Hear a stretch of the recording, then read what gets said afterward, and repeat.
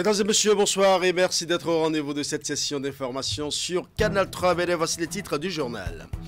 La vice-présidente de la République du Bénin prend part au premier sommet Afrique-Corée du Sud ouvert en présence des gouvernants de 48 pays du continent. Un sommet qui vise à booster les relations politiques et économiques entre l'Afrique et ce pays d'Asie. Des accords bilatéraux sont prévus entre les États africains et le pays du matin calme. Les détails dans un instant.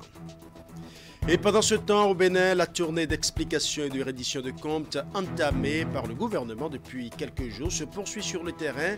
Hier mardi, l'étape du département du Plateau a été enclenchée avec comme chef de délégation le ministre des Enseignements maternels et primaires, Salimane Karimou, dans ce journal le compte rendu des échanges.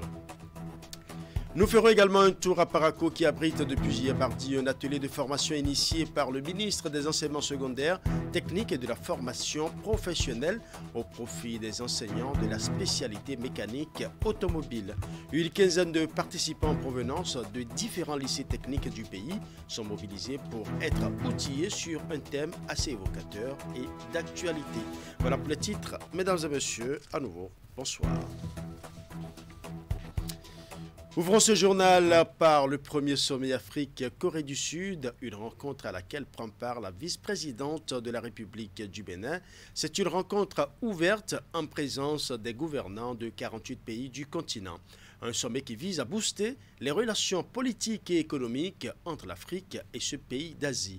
Des accords bilatéraux sont prévus entre les États africains et le pays du matin calme. Séoul s'intéresse aux minerais du continent, l'énergie et les infrastructures. En contrepartie, la Corée promet un transfert de compétences et des facilités dans les domaines des technologies de pointe et de l'agriculture. Et pendant ce temps, au Bénin, la tournée d'explication et de reddition de comptes entamée par le gouvernement depuis quelques jours se poursuit sur le terrain. Hier mardi, l'étape du département du Plateau a été enclenchée avec comme chef de délégation le ministre des Enseignements maternels et primaires, Salimane Karimou. Voici le compte rendu des échanges. C'est à Pobé que la tournée gouvernementale d'explication et de reddition de comptes pour ce qui est du département du Plateau a été lancée par le ministre Salimane Karimou. L'exercice a consisté à apporter aux populations les vraies informations sur les efforts déployés par le gouvernement pour améliorer leurs conditions de vie. Ce qui m'a le plus marqué, c'est Pobé à Diawéré, à peine 7 km. On faisait près de 35 à 40 minutes avant d'atteindre à Diawéré. Aujourd'hui, regardez l'état. C'est ceux qui ont les yeux encore en forme, qui ne veulent pas voir, qui ne voient pas. Regardez notre voie inter-État, ça a évolué. Il n'y a pas cette commune du département où il n'a pas eu la touche de la rupture. Dans la marche du Bénin vers une autonomisation énergétique, la première centrale solaire photovoltaïque d'une capacité de production de 25 MW a été réalisée et mise en service en 2022 à Ilou-Lofi, ce qui permet d'alimenter un équivalent d'environ 440 000 foyers. On a vu les maternités qui sont transformées. Tous ceux qui sont ici peuvent dire déjà, dans tous les centres de santé de la commune de Pobé, on a rénové totalement les maternités.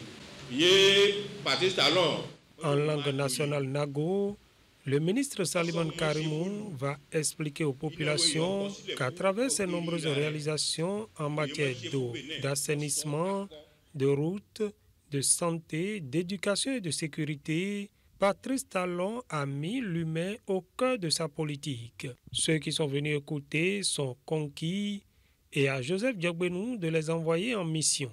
Pour celles et ceux parmi vous qui sont membres des partis de la majorité présidentielle, le message n'est pas pour vous. Le message est à transmettre.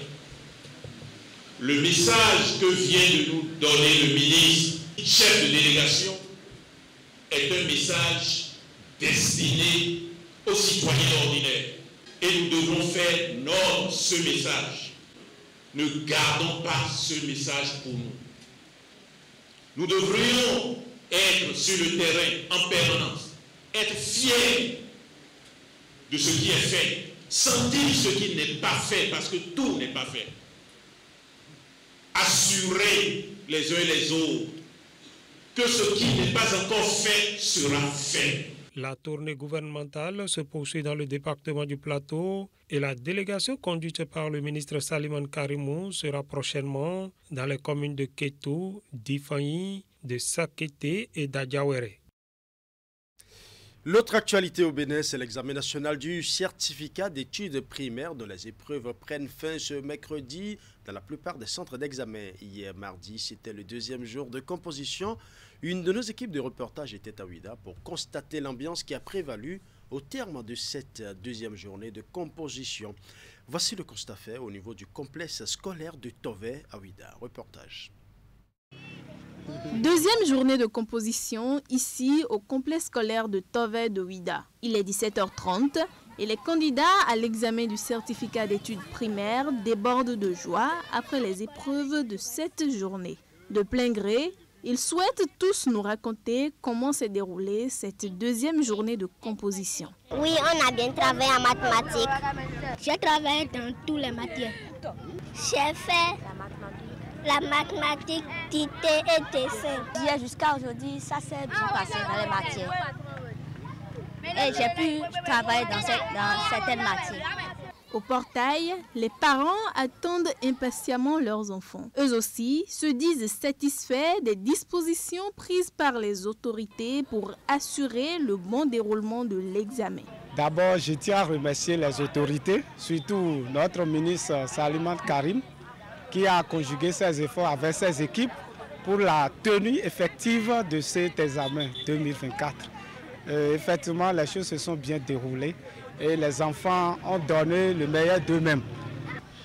J'ai d'abord une satisfaction du déroulement parce qu'il m'a dit que toutes les épreuves ont été un peu abordables et que c'est rassurant. Donc à la fin de la deuxième journée, et arrivé à la maison, il va me faire également le point de la journée.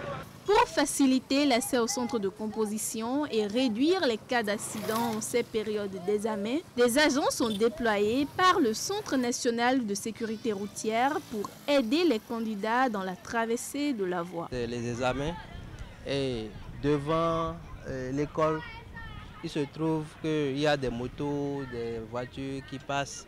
Donc en ces périodes, il y a de l'influence devant l'école. Donc pour aider les enfants à traverser, nous sommes là. C'est une activité de la CNSS. Et nous sommes là les matins déjà à 7h, 6h45, on est là pour aider les enfants à traverser la voie risque et d'éviter les risques d'accidents et autres en ces périodes-là.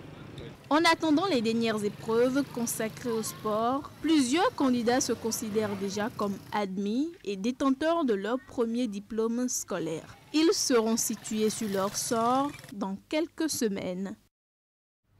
Allons à présent Parakou qui abrite depuis hier mardi un atelier de formation initié par le ministre des Enseignements secondaires techniques et de la formation professionnelle au profit des enseignants de la spécialité mécanique automobile.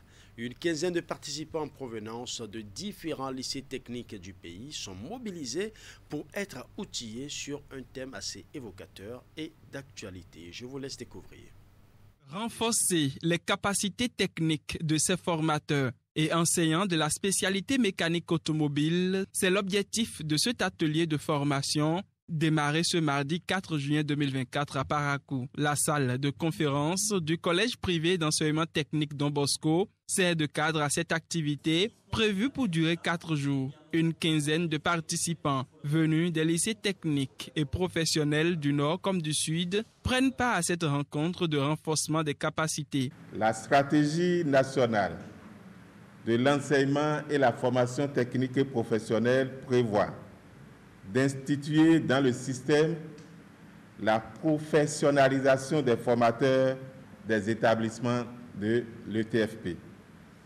Ainsi donc, dans le domaine novateur et prisé de la mécanique automobile, le programme FORCE, mis en œuvre par la Direction de développement et de la coopération suisse, accompagne le ministère à concrétiser cette ambition à travers l'initiative du présent programme de renforcement de capacité. Le présent atelier est initié par le ministère des Enseignements secondaires, techniques et de la formation professionnelle du Bénin avec l'appui du programme Force mis en œuvre par la coopération suisse. Il vise principalement à outiller les participants sur la prévention des risques professionnels liés à la mécanique automobile, une thématique dont l'intérêt n'est plus approuvé. Je voudrais vous dire que c'est une chance pour nous que d'être comptés parmi ceux qui sont choisis pour recevoir cette formation.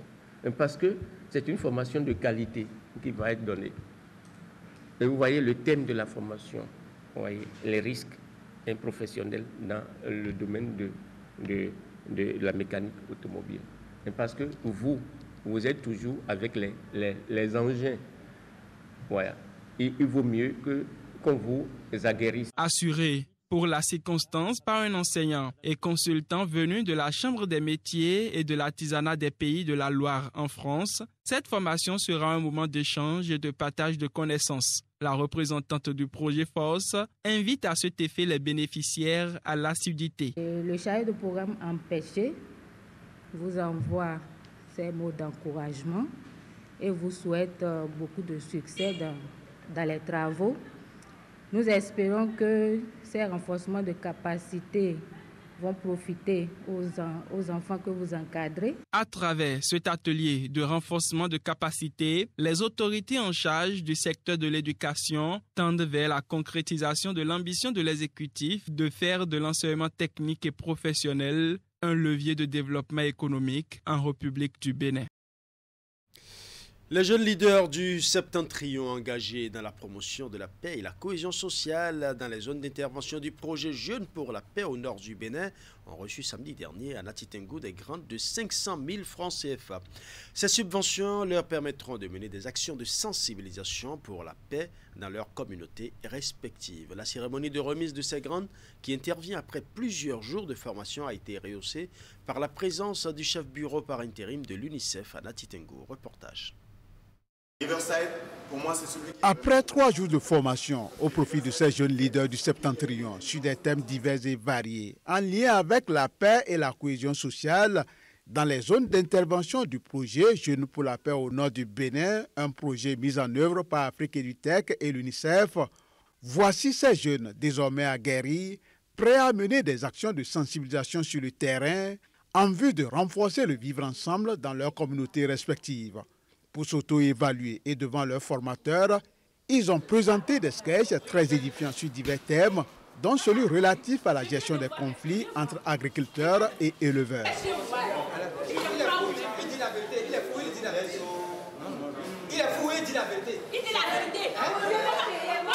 Et pour ne pas prendre position, pour vexer l'un des deux côtés, si c'est que vous maîtrisez le code pastoral, ces problèmes-là ne seront pas arrivés. Comme leçon de moralité, je vais demander à ce qu'on évite la consommation des stupéfiants. Des mises en scène révélatrices de leur vécu quotidien qui leur serviront de courroie de transmission des messages de paix. Et pour réussir leurs activités de terrain, l'UNICEF et Afrique EduTech, sur financement de l'Union européenne, mettent à leur disposition des grants de 500 000 francs CFA. C'est une occasion, je pense, inédite que vous devez saisir. Et saisir cette opportunité, vos jeunes YouReporters, parce que je sais que la communauté YouReporter est impliquée pour ces grants. Je sais également que les communautés agro-pastorales sont impliquées. Il y a aussi des associations ici présentes qui vont recevoir aussi ces grants. L'idée, à travers tous ces outils qu'on vient de vous faire connaître au cours de ces 3 jours de formation, c'est de pouvoir utiliser ces outils pour que ces grants soient bien gérés dans vos communautés respectives. Au total, 10 associations, dont 2 communautés agro-pastorales et 8 communautés YouReport, sont directement impactées par ces subventions. Très affectées par ce geste, les bénéficiaires témoignent toute leur gratitude aux bailleurs. Nous venons aujourd'hui de recevoir un grant de 500 000 francs pour mener des activités dans notre commune. Moi, je suis particulièrement très heureuse Et je remercie l'Union européenne qui, à travers l'UNICEF, nous a permis de pouvoir mener à bien nos activités. Désormais médiateurs et ambassadeurs de la paix dans leurs communautés respectives, ces jeunes entendent relever les défis fixés par le projet. Parlons à présent de l'édition 2024 du festival culturel Sossi-Palais qui s'annonce avec beaucoup de nouveautés. Le festival se déroule du 12 au 16 juin prochain à Djougou, mais l'activité phare, qui est la danse des chevaux, aura lieu dans la commune de Ouaké. Ce festival riche en activités représente un rendez-vous pour les amateurs de la culture. Reportage. La phase préparatoire du festival culturel du département de la Donga Sossi-Palais 9e édition est activée. Des concerts, des compétitions de danse de chevaux et plusieurs activités sont au menu. Sossi-Palais, c'est en langue lopa. Langue lopa qui veut dire danse traditionnelle, danse rituelle, danse cérémoniale, danse typique. Donc c'est un festival qui fait la promotion de tout ce qui est typique, tout ce qui est endogène. Donc, ce festival est né à travers un constat, comme j'ai l'habitude de le dire, dans tout le Bénin, il y a des festivals dans les localités. Mais ma localité, la Donga, j'ai constaté qu'il n'y avait pas un festival digne de ce nom. C'est de là qu'on a décidé de créer ce festival au nom de Sossi-Palais. Créé en 2013, le festival a connu quelques années d'hibernation avant de faire son comeback en 2022. Contrairement à ses premières éditions où il se tenait uniquement à Djougou, cette année, la commune de Ouaké abrite l'activité phare. Chaque année, il y a de nouveautés. L'organisation à Ouaké cette année, ça fait partie des nouveautés. La deuxième nouveauté de cette année, c'est un grand concert de clôture avec un artiste de renom que vous connaissez très bien ici. Sossi-Palais a pour partenaire officiel la Société industrielle d'acier du Bénin, Celtis et d'autres structures. Étant donné que notre entreprise n'est pas qu'une entreprise du sud, du centre, c'est également une entreprise qui interagit pour le compte de toutes les communautés, tous les habitants du Bénin, parce que nous avons à cœur de mettre à disposition des matériaux de construction dérivés d'acier à toute la population béninoise. Étant donné que nous avons affaire à l'un des plus gros événements que nous sommes très fiers d'accompagner donc au Nord, nous nous sommes repositionnés pour cette 3e édition. En attendant le jour J, les organisateurs du festival lancent un appel aux sponsors pour sa pérennité et la réussite de la 9e édition. L'événement se tient du 12 au 16 juin 2024 à la place de l'Indépendance de Djougou.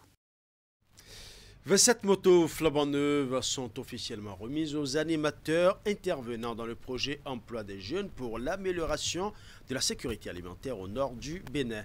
C'est une ONG, c'est une initiative de l'ONG ERAD pour accompagner ses collaborateurs dans leur mission sur le terrain. Retour ici sur les temps forts de la cérémonie de remise officielle de ces moyens roulants à Natitengo. Suivant. À travers cette clé que je vous remets, je vous souhaite d'abord une bonne utilisation. Des motos flambant neuves destinées aux animateurs du développement local intervenant dans le projet Emploi des jeunes pour l'amélioration de la sécurité alimentaire au nord du Bénin et Gaza. Un projet exécuté par ERAD ONG sur financement du Royaume des Pays-Bas au Bénin par l'entremise de la SNV. Fruit du partenariat entre les 3 institutions précitées, ces motos permettront à ces animateurs, au total 27, d'être plus opérationnels sur le terrain. Nous voulons, à travers ces motos, chers membres de l'équipe de terrain, que les objectifs du projet poursuivis soient atteints. Aujourd'hui, vous n'avez plus de raison à dire « je n'ai pas de moyens pour aller sur le terrain ». À travers ce contrat, vous savez qu'au Bas-Mot, nous avons au moins 1000 agripreneurs à encadrer.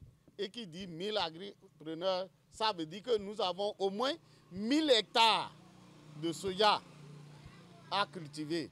Le projet Ejaza est initié non seulement pour assurer la sécurité alimentaire des jeunes gens vivant en milieu rural dans les départements du Nord Bénin, à savoir l'Atakora et la Libori, mais aussi prévenir l'extrémisme violent. À cet effet, 4 filières ont été identifiées par le projet pour accompagner les jeunes bénéficiaires. Il s'agit du maraîchage, des petits ruminants, de l'apiculture et de la culture du soja, filière de prédilection de Urado ONG. Nous avons fait le constat qu'à cause des effets des changements climatiques, également le faible accès aux technologies agricoles explique le faible rendement qui se constate au niveau de cette zone du Bénin, et également la situation d'insécurité que nous constatons dans la zone et fait partie des choses qui ont attiré l'attention de la SNV qui a élaboré et est en train de mettre en œuvre ce projet. Dans la mise en œuvre de ce projet, ces agents de terrain ont une mission spécifique: appuyer les jeunes agripreneurs sélectionnés dans les zones d'intervention du projet sur plusieurs dimensions, entre autres techniques, managériales, entrepreneuriales et l'accès au crédit. Aujourd'hui, c'est fini les motos stop sur le terrain. Aujourd'hui, c'est fini le stress. Nous sommes aujourd'hui dans le confort et nous promotons vraiment mouiller nos maillots pour que nous ayons des résultats d'ici la fin d'année. Avec ces moyens roulants flambant neufs, plus d'excuses pour les animateurs indolents qui n'auront pas atteint les objectifs fixés par le projet. L'économie du sport est au cœur d'un colloque international à Cotonou. La rencontre ouverte le 4 juin dernier est intitulée French Sport Days Bénin, une initiative de Business France en partenariat avec l'ambassade de France et le ministère béninois des Sports. Elle permettra aux différentes institutions sportives du Bénin de tisser des relations avec celles de la France pour le développement et la professionnalisation du sport au Bénin. Nous allons suivre. De plus en plus, le sport béninois connaît une métamorphose. Le premier pas, c'est la professionnalisation de plusieurs disciplines et la construction d'infrastructures. Mais face aux multiples exigences de la filière, les institutions béninoises vont aujourd'hui à l'école du modèle français. À travers le French Sport Day Bénin, une dizaine d'entreprises françaises sont mobilisées pour le partage d'expériences. Je pense que le Bénin, on a beaucoup à apprendre. Et on a beaucoup à apprendre aussi de vous, entreprises, qui venez au Bénin. Par contre, il faut que ce partenariat, cet échange, soit fait de manière gagnante-gagnante. C'est-à-dire, quand vous pensez venir au Bénin, pensez aussi au transfert de compétences. Pensez à comment on met les choses en place, mais pas des choses que quand vous partez, les choses s'abîment. Comment forment les Béninois, comment, lorsque vous n'êtes plus là, les acteurs béninois peuvent continuer à lider leurs projets, peuvent continuer à mettre leur stade aux normes, etc., etc. Le but, c'est de favoriser le partenariat entre les institutions béninoises et celles de France. Et pour ce faire, plusieurs communications sont déroulées pour présenter d'une part les avantages de l'écosystème des affaires au Bénin et d'autre part les besoins au plan national pour favoriser le développement du sport. Le Bénin sort du lot, enfin, dans tout secteur confondu par rapport à son potentiel d'investissement pour les entreprises françaises. Donc il y a eu beaucoup d'efforts qui ont été faits par la présidence actuelle, beaucoup d'initiatives, on l'a vu par rapport à un partenaire qui est l'APIEX, par rapport à une zone industrielle comme GloJB. Donc ça c'est vraiment sur la carte des autorités françaises, donc c'est un message qu'on porte collectivement avec nos partenaires béninois auprès des entreprises françaises. Avec les subventions de l'État, les acteurs sportifs, clubs et fédérations ont déjà le minimum pour exécuter leur plan d'action. Aujourd'hui, la question qui préoccupe davantage, c'est la rentabilité des investissements. Les attentes de la Fédération béninoise d'athlétisme, c'est d'abord le défi de la professionnalisation de l'athlétisme et un sport individuel. Comment ça se fait sous les tropiques? Comment on peut davantage valoriser l'athlétisme? C'est un sport complètement naturel. Comment on peut impacter plus de monde pour amener la population à pratiquer et créer de véritables références? Le Bénin, par exemple, il a qualifié par exemple au JO. Le Bénin a des sportifs du rang mondial. Ce n'est pas suffisamment valorisé. On ne communique pas suffisamment là-dessus.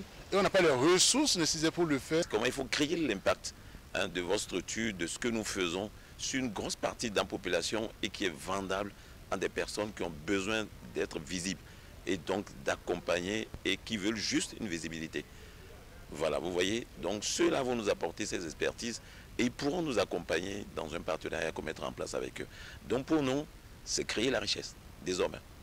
Et on était déjà dans cette logique, mais il fallait d'abord mettre en place toutes les structures qu'il faut. Les travaux de ce colloque French Sport Day Bénin s'étendent sur 48 heures.